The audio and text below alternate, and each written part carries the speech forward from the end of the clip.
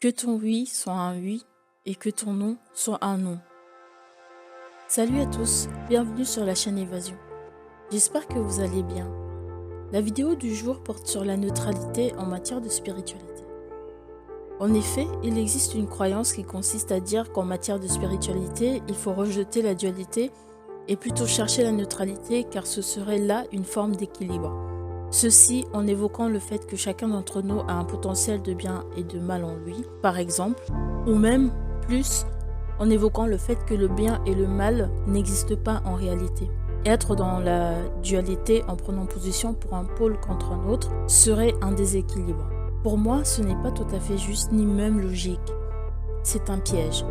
Surtout en matière de spiritualité, il n'y a pas de place pour la neutralité.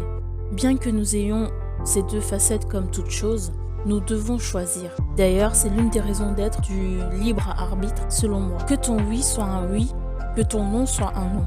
Voilà comment je vois les choses. Il n'y a pas de place pour l'hypocrisie, il n'y a pas de place pour la neutralité. Je vais prendre comme exemple les intentions. En effet, le pouvoir de l'intention nous démontre bien à quel point il n'y a pas de place possible pour la neutralité en matière de spiritualité. Lorsque l'on prie ou qu'on envoie des vœux à l'univers, le secret pour la concrétisation de ceci est la conviction. Or, la conviction n'est en aucun cas neutre. Quand on prie pour demander quelque chose, si on est dans la neutralité, on risque d'être dans le doute et cela ne fonctionnera pas. On m'a toujours dit, quand tu pries pour demander quelque chose, prie comme si tu l'avais déjà reçu.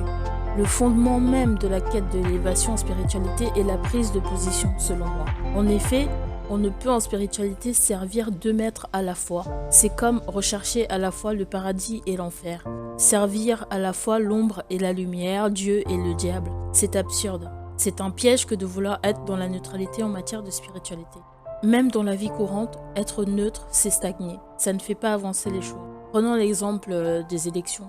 Quand on vote blanc ou qu'on s'abstient, faisons-nous réellement avancer les choses? Souvent, le résultat nous déçoit. Un autre exemple. Il peut nous arriver d'assister à un désaccord entre deux amis ou un couple d'amis. Quand ces derniers nous prennent un parti et que nous refusons de donner notre avis afin d'éviter de vexer l'un d'entre eux, faisons-nous vraiment avancer les choses? Surtout que même en restant neutres, nous les vexons quand même car tous les deux estimant avoir raison, ils risquent alors d'être vexés par vous en se disant que vous n'avez pas voulu prendre position pour favoriser l'autre. Alors vaut mieux être honnête et donner son avis quitte à en vexer un sur le moment, mais cela lui ouvrira aussi peut-être les yeux en y réfléchissant. Et sur l'instant, cela calmera les choses. Dans la vie en général, la neutralité ne fait pas avancer, au contraire. En spiritualité, pour ce qui se joue depuis l'aube de l'humanité et qui peut-être est en train de toucher à sa fin comme le pressentent certains d'entre nous, il ne nous appartient pas de chercher la neutralité dans le but d'équilibrer les choses. L'univers est très bien fait et se charge lui-même d'instaurer l'équilibre. Nous devons suivre notre cœur et aller vers ce vers quoi il nous guide. C'est ça être équilibré, c'est être en accord avec soi. C'est que tout en nous résonne d'une seule et même voix. C'est ça l'équilibre. Il n'y a pas de place pour la neutralité.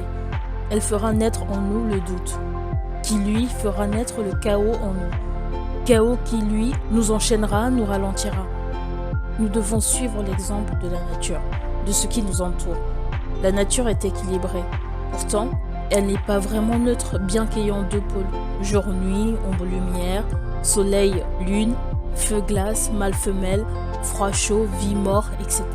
La nature possède deux aspects, mais prend constamment parti pour équilibrer les choses. En effet, elle va pencher pour un pôle et nous allons naître homme ou femme par exemple. D'ailleurs, ceci est un très bon exemple parce que, comme on peut le constater, les personnes qui naissent avec les deux sexes, souvent ces personnes vont d'elles-mêmes choisir d'être plus femme que homme ou l'inverse pour se sentir bien dans leur peau, pour atteindre un certain équilibre dans leur vie. La nature va pencher pour un pôle et sera l'été ou l'hiver. Elle va pencher pour un pôle et sera la vie ou la mort, etc. etc. Elle penche continuellement pour certains pôles afin d'équilibrer les choses. Penser qu'on peut grandir spirituellement sans prendre parti est une illusion pour moi, car dès l'instant où l'on choisit une polarité, on rentre de ce fait en opposition avec l'autre.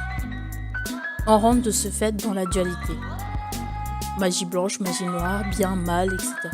Si on choisit de faire le bien autour de nous, inévitablement on combat le mal. Si on choisit de servir l'ombre, eh bien, inévitablement, on rentre en opposition avec la lumière. C'est naïf de croire qu'on peut à la fois servir l'un ou l'autre sans être dans la dualité. Ce n'est donc pas un frein que d'être dans la dualité en matière de spiritualité, c'est tout simplement être entier. On ne peut servir deux maîtres à la fois, je le répète, car on finira toujours par favoriser l'un au détriment de l'autre. C'est justement participer à l'équilibre que de prendre clairement parti sur la balance. Soyons lucides. Actuellement, les choses ne sont pas très lumineuses sur cette planète.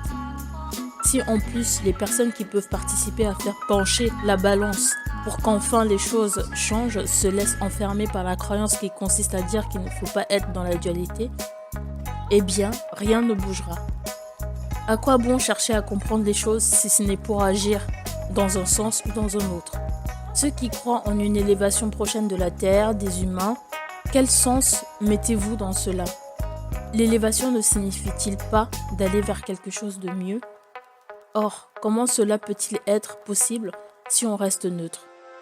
La raison d'être de tous les enseignements, de toutes les nouvelles énergies, des divulgations, des lanceurs d'alerte, etc., c'est dans le but que nous fassions enfin ce qui est juste.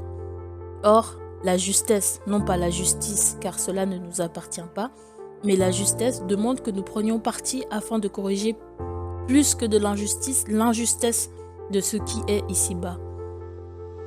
Je vais donc conclure en disant, tout comme la justice, la perfection, la neutralité ne nous appartient pas, c'est divin. En tant qu'humains, nous ne pouvons être complètement neutres, nous ne pouvons être complètement justes et nous ne pouvons être parfaits. Je tiens à préciser qu'à aucun moment je ne veux me placer en maître pour qui que ce soit.